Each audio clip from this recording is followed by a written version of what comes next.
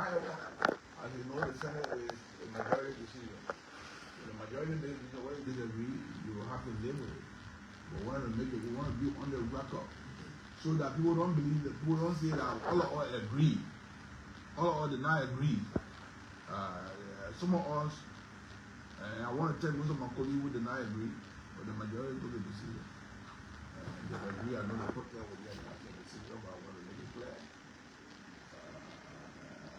Don't were elected by the people of Liberia. So Liberian people now got to decide whether they elected or to be violating the law.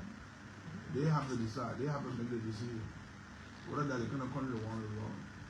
So I just wanted to make the press conference so the record, so I can be on the record. I want to be on the record. The people of Liberia, if they what you voted for, then this is what you have. Because you made a decision in the history of Liberia. Nowhere in the history of Liberia have even police come on the Capitol ground and move in the Capitol building and attack lawmakers. I know what happened, but I don't see it. I stand to be corrected, but I've never seen it before. Even in America, when people went to the Capitol ground, citizens went to the Capitol ground to protest an election result. The American government called it an insurrection. That they wanted to overthrow the American government. For which they impinged the current president now who have been re-elected. So, I think the national friends are on record. So we are watching them. Suppose they might be on sanction, but sanction they will not stop me from talking. I was elected by the people of McGill to speak out. And I will continue to speak for the truth. And so this is why I just called a brief press conference to put it on the record that the decision will be announced by the Senate, that the Senate will deal with Richard Kuhn as the new speaker. We are opposed to that decision. But that is the Senate decision because the decision of the majority. But I wanted to do the record. And this is why I want to have a brief press conference to let the Liberians know and know my community. Thank you very much. Okay. Thank you, Honorable McGill. The Supreme Court ruling has been greeted with mixed interpretations. Don't you think it was prudent enough for the Liberian Senate to actually seek legal advice from legal experts? The sort of decision to reportedly deal with Representative Richard Kuhn as a new speaker. I hope the Senate would have done that. If the chairman of the committee, I don't know. The opinion of the chair of the judiciary committee was not important. They were going to go by the opinion of the Attorney General. I think history with Judge Oswald Twe for the opinion you make. We are all Liberian citizens. We will all be judged by history in different ways. So the Senate made a decision, but I just want to record the show. I hope the Senate would have chose to seek a more opinion, but they're relying on, the Attorney General is nobody else, just a cabinet minister in the president's office. The president can tell to do.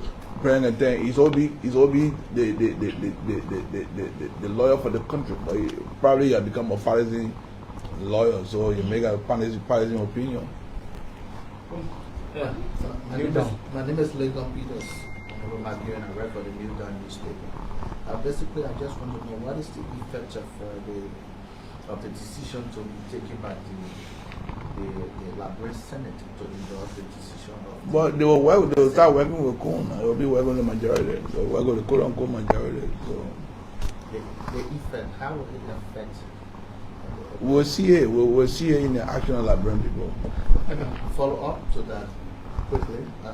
There are all who are of the opinion that the endorsement to be announced by the Senate and the subsequent one from the government, it just shows that the Senate does not have men of courage and bravery who will be able to stand up to the truth. Particularly from the angle of the leadership. I just distinguished by standing here and saying what I said.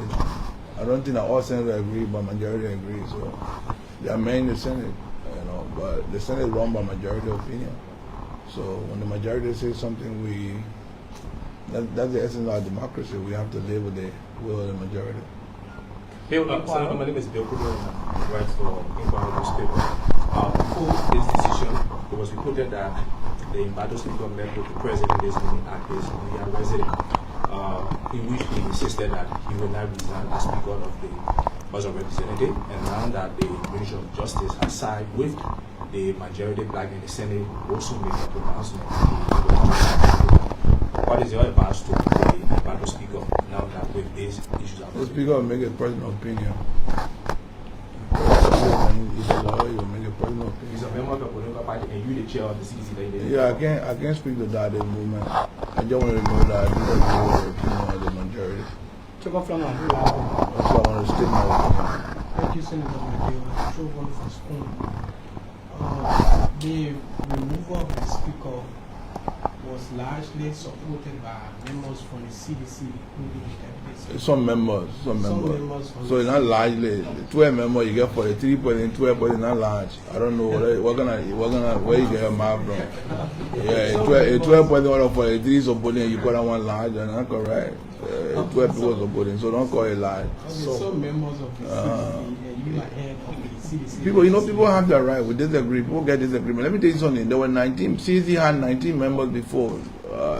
In 2005, CDC had 19 lawmakers. Those 19 lawmakers left from CDC and joined the ruling party. So this is a non-stream because you know the way our constitution is written, there is no way. Even if you appoint the person, you can remove them from the house. You can CDC can decide to expel all the people. They will still be lawmakers. They will still move the Speaker.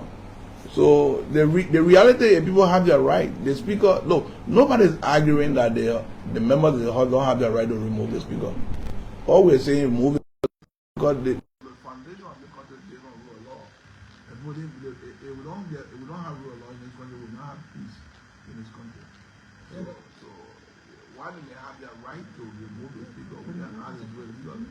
Senator McGill, my question was, you as head of the CDC Legislative Caucus, what are you personally reached out to some of those? I did, and they did not listen. Look, Republican removed Republican Speaker in America. It was then joined the Democratic Party removed. So people can always do that. You always have that in not only strange in Liberian politics. It happens all over the world. People have their right. And you have 8 Republicans who joined the Democratic lawmaker to remove the Republican Speaker. This is not strange. Liberia is not the first country to do it. But we're saying it must be done legally. You know what I'm saying? That does not indict CDC. CDC as a party does not support the removal, but there were some members of the CDC who had a personal grievances with the Speaker. So CDC has not and has never and will never support the removal of the Speaker. So anybody saying that CDC removes the Speaker, tell the person that you lie. So if people in CDC, if some members of CDC lie to disobey the party and do what they want to do, you don't hold the party responsible for that. So the party is very clear. They have been very supportive of the Speaker, from the standard bearer down to the least member of the party has to the Speaker. So nobody should use an action of few members of CDC to remove the Speaker to say that CDC. Because when they remove Speaker McCarthy, it was not Republican Party who removed Speaker McCarthy.